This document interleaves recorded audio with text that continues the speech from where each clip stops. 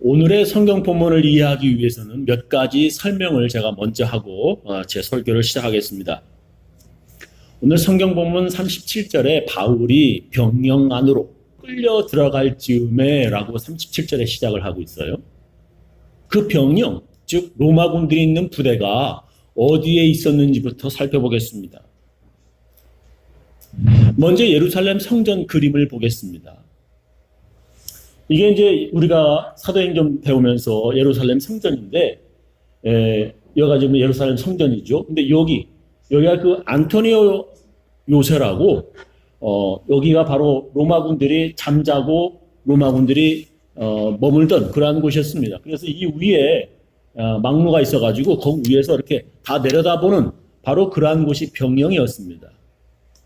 더 가까이 자세히 보면은 저렇게 이제 안토니오 요새라고, 안토니오 포트레스라고, 예, 요 그렇게 층계가 있어요. 그래서 층계 들어갈 수 있고 나올 수 있고, 여기가 이제 군사들이 지키고, 저 위에서 이제 성전에서 사람들이 무슨 소동을 일으키지 않나 병사들이 이제 지켜보고 있는 거죠.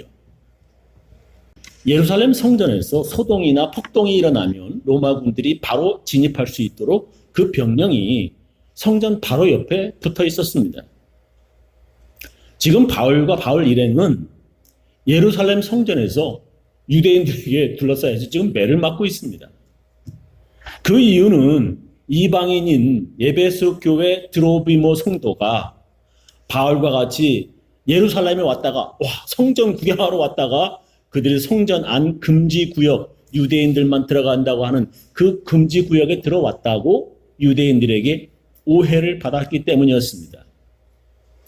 그래서 소동이 일어나 바울과 그 일행이 유대인들에게 두들겨 맞았고, 그런 소동과 폭동 때문에 로마 군사들이 조사하려고 바울을 성전 안에서 그 병영 안으로, 부대 안으로 지금 끌고 들어가는 중인 것입니다.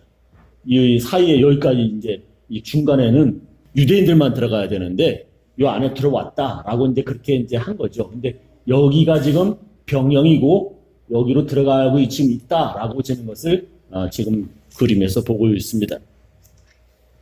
그 소동이 어느 정도였는지 사도행전에 잘 기록되어 있습니다. 21장 31절 보면은 그들이 바울을 죽이려고 할 때에 온 예루살렘이 소동에 휘말려 있다고 하는 보고가 로마군 천부장에게 올라갔다. 그는 곧 군인들과 백부장들을 거느리고 그 사람에게로 달려갔다. 그들은 천부장과 군인들을 보고 바울을 때리기를 멈추었다. 천부장이 가까이 가서 바울을 체포하였다. 그리고 그는 부하들에게 쇠사슬을 둘로 바울을 결박하라고 명령하고 그는 어떤 사람이며 그리고 또 무슨 일을 하였는지 유대인들에게 물었다. 그러나 무리 가운데서 사람들이 저마다 다른 소리를 막 질러댄다. 천부장은 그 소란 때문에 사건의 진상을 알 수 없으므로 바울을 병영 안으로 끌고 가라고 명령하였다. 바울이 층계에 이르렀을 때에는 군중의 폭행 때문에 로마 군인들이 바울을 둘러매고 이렇게 매고 가야 하였다. 큰 무리가 따라오면서 그 자를 없애버려라, 죽여라 하고 외쳤다. 로마 군인들이 바울을 둘러매고 위로 매고 못 때리게 하여 가야 할 정도로 그들이 폭력적이었다는 것입니다. 로마군에게 끌려 부대 안으로 들어가기 전에 바울은 유대인들에게 말할 것이 있다고 로마군 장교에게 허락을 구했습니다. 그때 로마군 장교가 바울에게 이렇게 말합니다.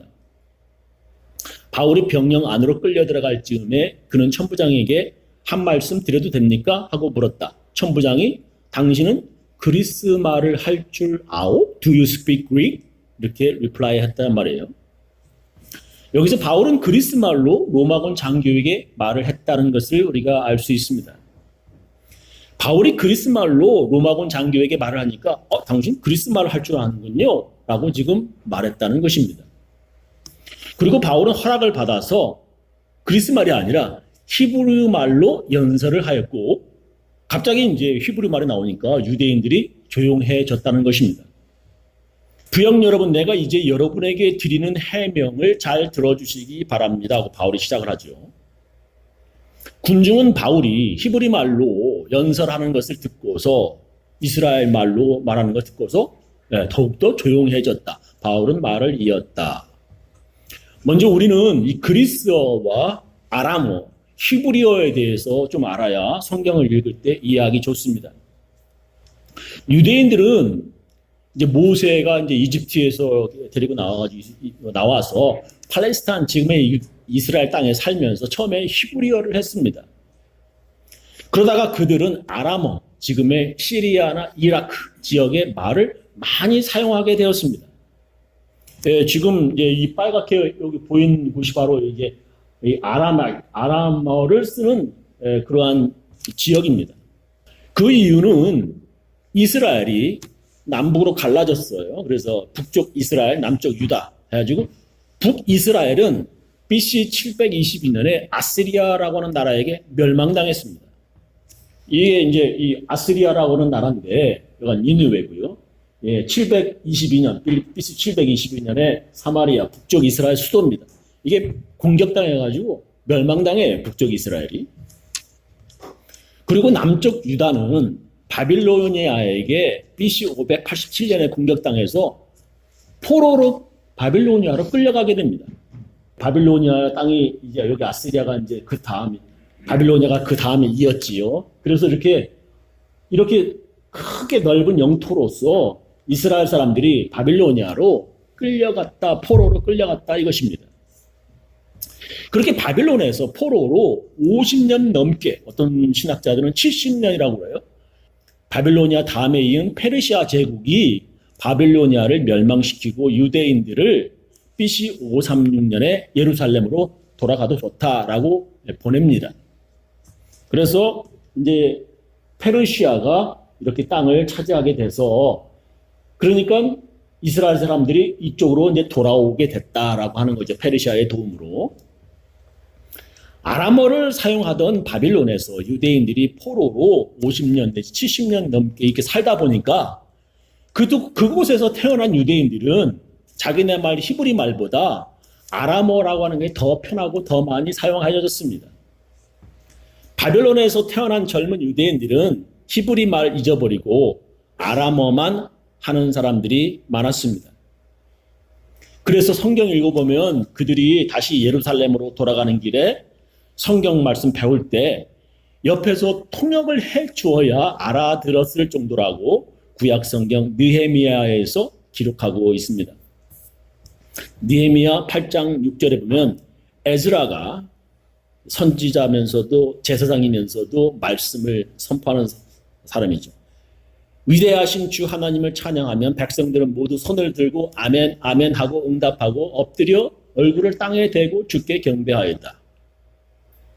레위 사람인 예수아와 바니와 세레비아와 야민과 야굽과 사부대와 호디야와 마아세야와 그리다와 아사랴와 요사밧과 이런 사람들이 백성들이 제자리에 서 있는 동안에 중간중간 들어가가지고 그들에게 율법을 설명해 주었다. 하나님의 율법책이 낭독되었을 때에 그들이 통역을 하고 뜻을 밝혀 통역을 해줬다는 거예요. 통역을 하고 뜻을 밝혀 설명해 주었으므로 백성은 내용을 잘 알아들을 수 있었다. 왜? 아람어만 했기 때문에 히브리 말 알아들었지 못해. 성경 말씀 읽어도 무슨 뜻인지 몰랐다는 거예요. 그러니까 그 사람들이 중간중간 들어가서 통역을 해주면서 뜻을 알려줬다는 거예요. 백성은 율법의 말씀을 들으면서 모두 울었다. 그래서 총독 느헤미야와 학자 에스라 제사장과 백성을 가르치는 레위 사람들이 이날은 주 하나님의 거룩한 날이니 슬퍼하지도 말고 울지도 말라고 모든 백성을 다 일렀다. 구약 성경이 히브리어로 쓰여 있어서 에스라가 히브리 말로 읽으면 여러 사람들이 아람어로 그 뜻을 통역해 주었다는 것입니다. 그들이 자기들의 언어를 히브리 말 다 잊어버려서 옆에서 통역을 해 주어야 알아듣는 자신들의 처지가 너무 마음 아파 지금 우는 것입니다. 그렇게 아람어가 오랜 동안 지금의 이스라엘과 시리아, 이라크 지역에 이렇게 공용어가 되었습니다. 그래서 신약 성경에도 아람어, 달리다, 쿰, 에바타 엘리 엘리 라마 사박다니 이런 여러 단어가 신약 성경에 아람어가 들어 있습니다. 예수님께서 활동하실 때 예수님도 아람어 단어를 사용하실 정도로 아람어는 그 당시 영어와 같은 공용어였습니다. 그리고서 그리스 알렉산더 대왕이 페르시아를 멸망시켰죠. 그리고서 거대한 그리스 제국을 세웠습니다. 지도 보시면 그리스 제국이 얼마나 넓었는지 알 수 있습니다. 이게 이제 그리기 알렉산더가 이렇게 넓은 나라를 점령을 했지요. 그 넓은 땅에서 각 나라가 서로 말이 다른데 서로 알아들을 수 있도록 공용어를 그리스어를 사용하였습니다. 그리고 그리스 제국 후에는 로마 제국이 그 뒤를 이어서 넓은 영토를 가지게 되었습니다. 이게 이제 로마 제국이죠. 넓은 그 땅인데 이쪽 있는 사람들, 그쪽 있는 사람들은 그리스어를 사용했어요. 아무리 로마 제국이 다른 나라를 식민지화해도 로마 제국 안에서 서로 공용어로 상용된 언어는 로마 말이 아니라 그리스 말이었습니다. 그래서 바울도 지금 그리스어로 로마 장교에게 말을 했다는 것입니다. 근데 바울은 지금 같은 유대인들에게는 자기들이 사용하는 히브리 말로 지금 이야기했습니다. 이제 설명을 마치고 아주 제가 말씀드린 정말 중요하다고 하는 본론으로 들어가겠습니다. 정신 차리고 꼭 들으시고 기억하시기 바랍니다. 바울은 자기가 어떤 사람인지 유대인들에게 설명을 합니다. 자기도 예전에는 율법에 열심이어서 예수 믿는 사람들을 잡아 옥에 가두기까지 했다는 것입니다. 그런 자기가 이제 예수를 믿게 되었다는 것입니다. 오늘 설교 제목은 바울의 해명입니다. 바울은 이렇게 해명합니다.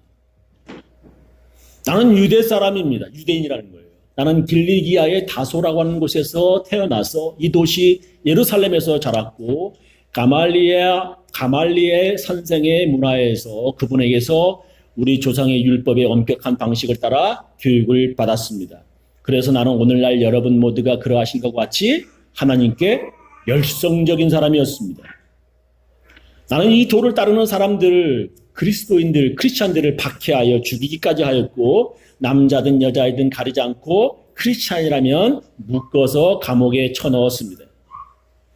내 말이 사실인 것이 아닌지 대제사장과 모든 장로가 증언하실 것입니다. 나는 그들에게서 시리아 다마스커스에 있는 동포들에게 보내는 공문을 받아서 다마스쿠스로 길을 떠났습니다.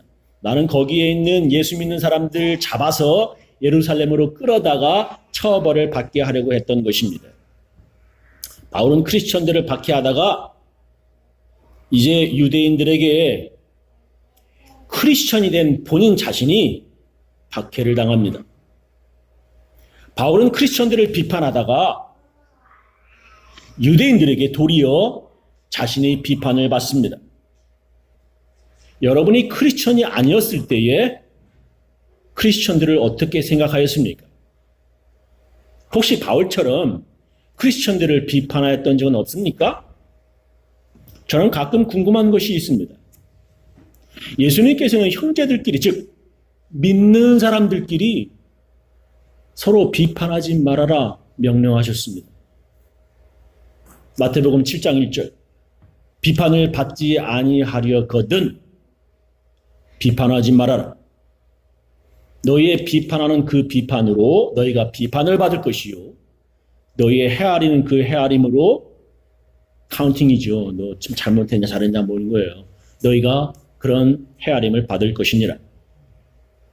예수님께서 비판하지 말라고 명령하셨으니까 교회 안에서 잘못된 것을 보더라도 비판하지 말아야 하는가? 요즘 교회 목사들이 죄를 짓고 부정한 일을 하는데도 비판하지 말아야 하는가? 예수 믿는 사람들이 악한 짓을 하는데 비판하지 말아야 하는가? 저는 이게 궁금해요. 여러분은 어떻게 생각하십니까? 어떤 사람들은 당연히 비판해야 한다라고 말합니다. 비판해도 된다. 첫 번째. 교회에서 잘못된 것을 보면 반드시 비판해야 한다라고 어떤 사람들은 주장합니다.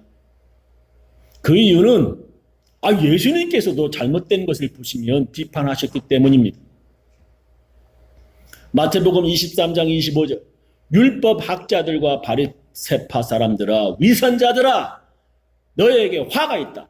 저주가 있다는 거예요. 너희는 잔과 접시의 겉은 깨끗하지만 그 안은 탐욕과 방종으로 가득 채우기 때문이다. 눈먼 바리새파 사람들아 먼저 잔 속을 깨끗이 하여라. 그러면 그 겉도 깨끗하게 될 것이다. 율법 학자들과 바리새파 사람들아 위선자들아 너희에게 화가 있다. 너희가 회칠한 무덤과 같기 때문이다. 옛날에는 유대인들이 무덤에다가 회칠, 하얗게 이런 하얀 페인트 이렇게 칠했어요. 왜? 거기에 부딪히면 부정하다라는 거예요. 그래서 예배 드리러 갈 수가 없었어요. 그래서 조심하라. 거기에 가지 말라고 해서 하얗게 칠했어요. 그것은 겉으로는 아름답게 보이지만 그 안에는 죽은 사람의 뼈와 온갖 더러운 것이 가득하다. 이와 같이 너희도 겉으로는 사람에게 의롭게 보이지만 속에는 위선과 불법이 가득하다. 율법 학자들과 바리새파 사람들아 위선자들아 너에게 화가 있다.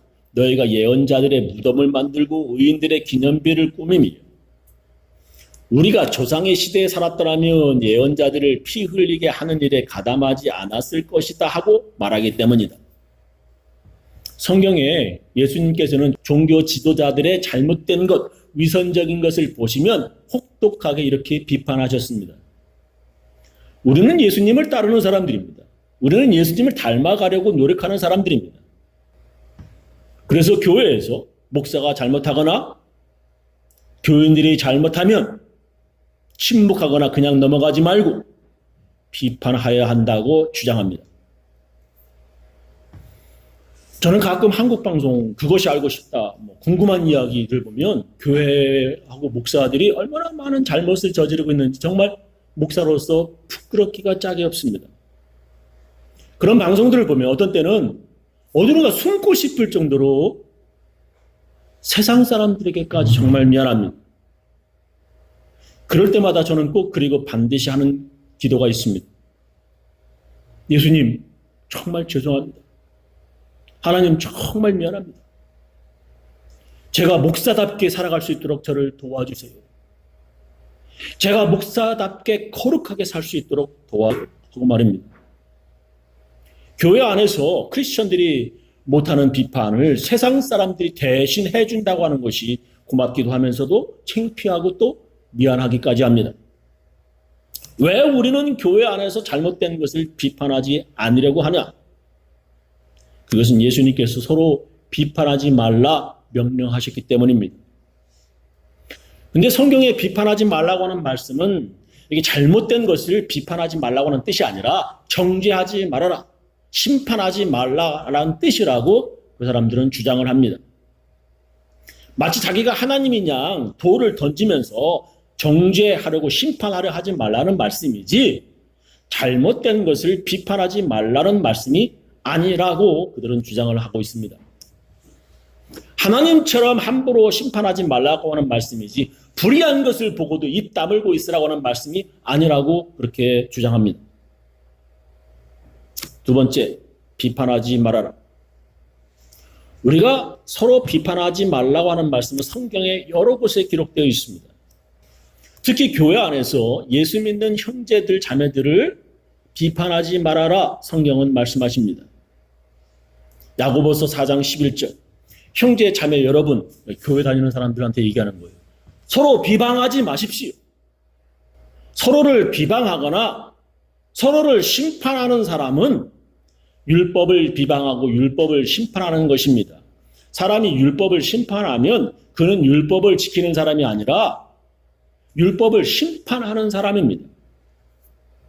율법을 만드신, 제정하신 분과 심판하시는 분은 오직 한 분이십니다. 하나님이시라는 거예요. 그분께서는 구원하실 수도 있고 멸망시킬 수도 있습니다. 도대체 당신이 누구이기에 이웃을 심판합니까? 야고보서는 믿음도 중요하지만 행위, 즉 율법을 지키는 것도 중요하다라고 기록하는 그러한 성경이 야고보서입니다. 야고보서는 행함이 없어? 그거는 그 믿음은 진짜 믿음이 아니라 죽은 믿음이야, 가짜 믿음이야 라고 말씀하시는 성경책입니다. 야고보서에 보면 2장 14절 행함이 없는 믿음은 죽은 것이다. 나의 형제 자매 여러분, 사람이 믿음이 있다고 말하면서도 행함이 없으면 무슨 소용이 있겠습니까? 그런 믿음이 그를 구원할 수 있겠습니까?